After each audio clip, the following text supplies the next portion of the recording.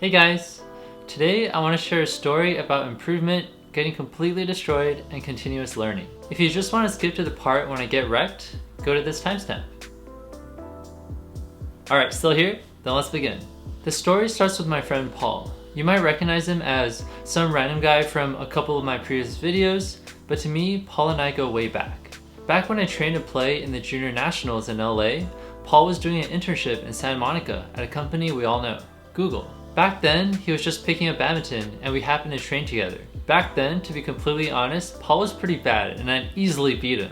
Fast forward a few years from then, I went to college and eventually I also worked at Google. However, I stopped playing badminton during those years. On the other hand, all this time, Paul kept playing and Paul kept training. About a year and a half ago, we reconnected and played badminton like the good old days. And boy were things different. I got completely destroyed. Playing him literally made both my legs cramp and my lungs burn. Look at him glide across the court while I was left scrambling everywhere.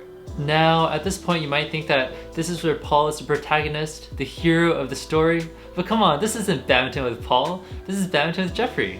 After picking up badminton again after college, I played for fun here and there, and eventually I started this YouTube channel. And that was when I really wanted to start keeping track of my progress. 3 months ago, I made one of my progress analysis videos for the month of August. The week before, I sparred with a couple of friends, Paul included, in order to film the matches and be able to analyze my progress at the time. The games were okay, but I really noticed that I had trouble with fast and flat shots. So, from that point on, I decided to work on getting used to playing at a faster and flatter pace by training with the box drill. And damn, my training partners and I did so many box drills. A few weeks and lots of box drills later, it was time to make the next progress analysis video. Since I was doing drills the whole time, I needed actual games to analyze, so I reached out to Paul and he agreed to do another spar. I was pretty curious, so before my match, I watched my previous spar against him and noticed how slow and awkward my footwork was. A lot of shots were fast and flat, and I couldn't get many of them. Watching the clips, I could tell that I improved from then, but I still wasn't sure if I'd stand any chance against him. I knew my match was going to be tough, but I also knew that I trained a lot over the past 3 months and actually did improve. I was pretty curious how our game would go. And so we began to play. As a side note, since we had another friend sparring with us, each of our games were only played up to 11, so we could rotate around more. But yeah, the first 2 sets were pretty good. I started with a small lead in both sets, but Paul quickly caught up and eventually beat me.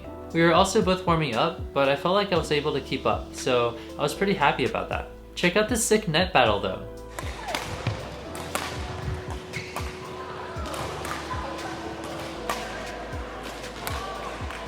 Now, the third game was when Paul either got tired or got super lazy. Look at this guy and his lazy ass. What was that?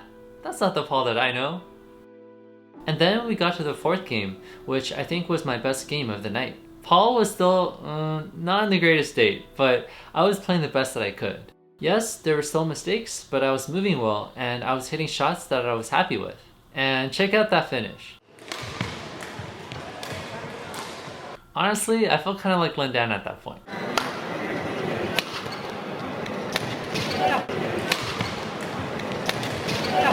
Okay, maybe just a little. After that, we were pretty tired, so we took a break, did some drills, and then decided to finish the night with one last match. Best of 3 sets up to 11. At this point, Paul was still pumping with adrenaline from the drills, and he was probably out for vengeance. And so, the first set began. And yes, Paul was definitely out for vengeance. Remember, each set, Paul and I played up to 11, and the final score of the first set was 11-0. That's right, Paul destroyed me 11-0. Watch for yourself.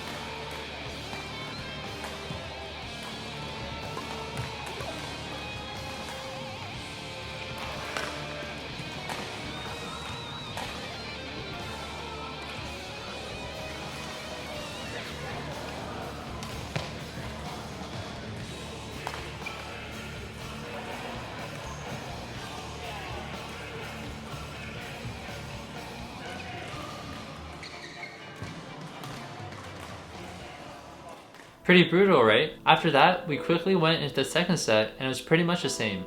I just couldn't get through him. Honestly, it was pretty frustrating. I felt like I was playing against the wall that got everything back. At the same time, the wall was also punching me, if walls could do that. Paul was smashing at every opportunity he could, and I was being moved around everywhere on court, and my drives and smashes just couldn't get through him. It was a really physical game, and Paul overwhelmed and bulldozed me straight into the ground. At this point, I could have thought about this situation in two ways. I could have been bitter and stayed frustrated that even though I did so many drills, I still got utterly destroyed. Or I could have taken this as another stepping stone of my badminton journey, and that's what I did. And that's also how I'd like you to feel the next time you play against a super tough opponent. There's so many things you can learn from playing tough opponents. All we have to do is pay attention and look for these insights. For my match against Paul, I was able to see that my lifts weren't going deep enough and also didn't go over him, which made it really easy for him to cut things off. On top of that, my own smashes and drives didn't pose as much of a threat to him.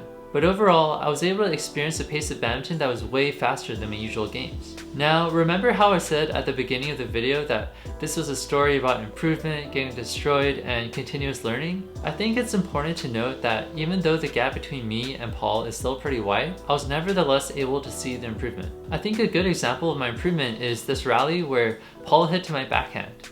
In the past, in this situation, I would either hit a floating drop shot or hit a half-court backhand clear, so Paul was already waiting in the front.